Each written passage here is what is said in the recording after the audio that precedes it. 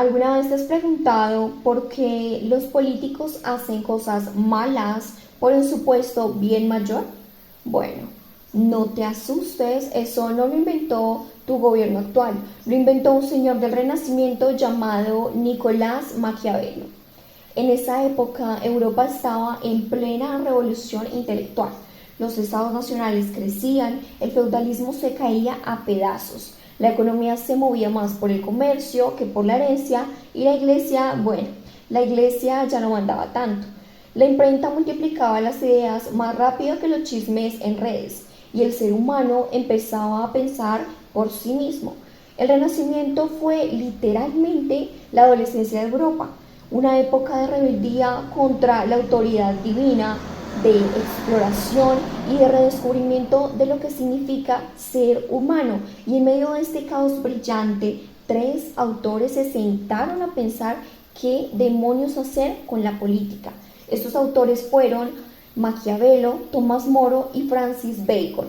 Maquiavelo, el florentino más temido por las conciencias puritanas, escribió El Príncipe, mientras que observaba cómo su amada Florencia se desmoronaba entre guerras, traiciones y repúblicas fallidas. En un mundo donde los reyes se creían elegidos por Dios, él tuvo la osadía de decir: no, señores, el poder no viene del cielo, sino de la habilidad humana. Una blasfemia política en toda regla. Lo más provocador del Príncipe no es que enseñe a ser malo, sino que obliga a ver la política como es, no como debería ser. Por eso decimos que Maquiavelo fue el primer realista político, aunque probablemente hoy le dirían cínico. Para él, el gobernante debe actuar con virtud, esa mezcla de inteligencia, audacia y malicia calculada, para dominar la fortuna, es decir, la suerte y las circunstancias. ¿Suena práctico? Claro. ¿Suena moralmente dudosa? Pues también. Pero según Maquiavelo, si el fin último es conservar el poder y garantizar la estabilidad del Estado, el gobernante no puede depender de la buena voluntad divina ni de la moral del catecismo. Nace así la famosa razón de Estado, esa justificación que permite ser lo que sea por el bien del país, desde subir impuestos hasta invadir al vecino. Pero Maquiavelo no era un demonio, él decía que el príncipe debía ser bueno, si podía, solo que cuando no se podía, había que ser lo necesario. En resumen, su consejo era: sé moral, pero no idiota. Gracias a él la política no está arrodillada ante un altar y se sentó por primera vez en el escritorio en el estado de la estrategia.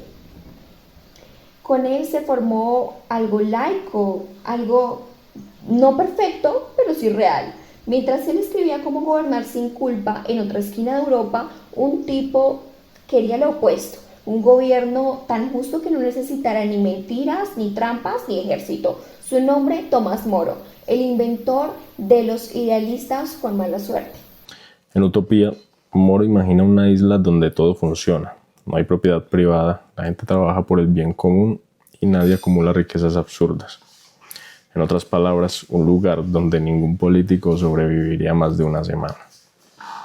Su intención no era tanto crear un manual de vida, sino usar la ficción como espejo crítico de la Europa de su tiempo, una sociedad desigual, corrupta y obsesionada con el poder. Mientras Maquiavelo describe la política como es, Moro se atreve a soñar con cómo debería ser. Su obra se convierte en un manifiesto del humanismo político, donde la dignidad y la libertad del ser humano importan más que las coronas o las espadas. En cierto sentido, Maquiavelo y Moro parecen dos polos opuestos. Uno te enseña a ganar el poder y el otro a usarlo con justicia. Pero los dos coinciden en algo esencial del Renacimiento. La política ya no depende de Dios, depende del hombre. Eso sí, el pobre Moro acabó ejecutado por no alinearse con su propio rey Enrique VIII. Ironías del destino. Soñó con una sociedad perfecta y murió víctima del poder imperfecto que criticó. Su legado, sin embargo, quedó claro: la política sin ética es pura estrategia y la ética sin política es pura fantasía. Y justo cuando el debate entre moral y poder se ponía bueno, apareció un inglés con cara de científico loco diciendo: tranquilos, todo se puede arreglar con método. Francis Bacon entró en escena. Bacon, en su obra Novum Organum, no habla directamente de política, pero lo cambia todo, porque el conocimiento humano debe basarse en la observación, la experiencia y la razón. Nada de dogmas, nada de verdades reveladas. Su famosa frase, saber es poder, define la nueva era. El poder ya no depende de la nobleza ni de la iglesia, sino del conocimiento. Novum Organum no solo fundó el método científico, también sentó las bases de una política racional, decisiones sustentadas en evidencia, no en supersticiones. Si Maquiavelo enseñó a usar el poder y Moro a darle sentido moral, Bacon enseñó a entenderlo. Con él, el pensamiento político se volvió más empírico. La razón reemplazó el milagro. El gobernante ideal ya no era el elegido de Dios, sino el que sabía pensar con cabeza fría. En resumen, el Renacimiento fue el momento en que Europa decidió separar el cielo de la tierra.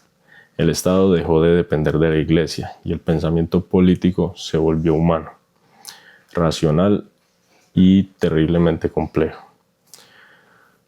Maquiavelo enseñó a sobrevivir en el poder. Moro recordó que el poder sin justicia no vale nada. Bacon explicó que el conocimiento es el nuevo motor del poder. Tres enfoques distintos pero complementarios: realismo, idealismo y racionalismo. Y entre los tres dieron origen a lo que hoy llamamos ciencia política moderna.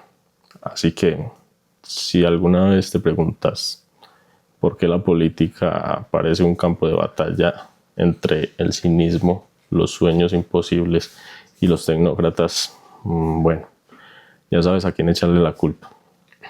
El Renacimiento no nos dio la respuesta, pero nos dejó la pregunta más humana de todas. ¿Es posible gobernar bien cuando lo correcto y lo útil no siempre coinciden? Gracias por escuchar esta pequeña visita guiada por el caos elegante del Renacimiento. Y recuerden, si alguna vez alguien justifica algo diciendo es por el bien del país, probablemente Maquiavelo se esté riendo desde el más allá.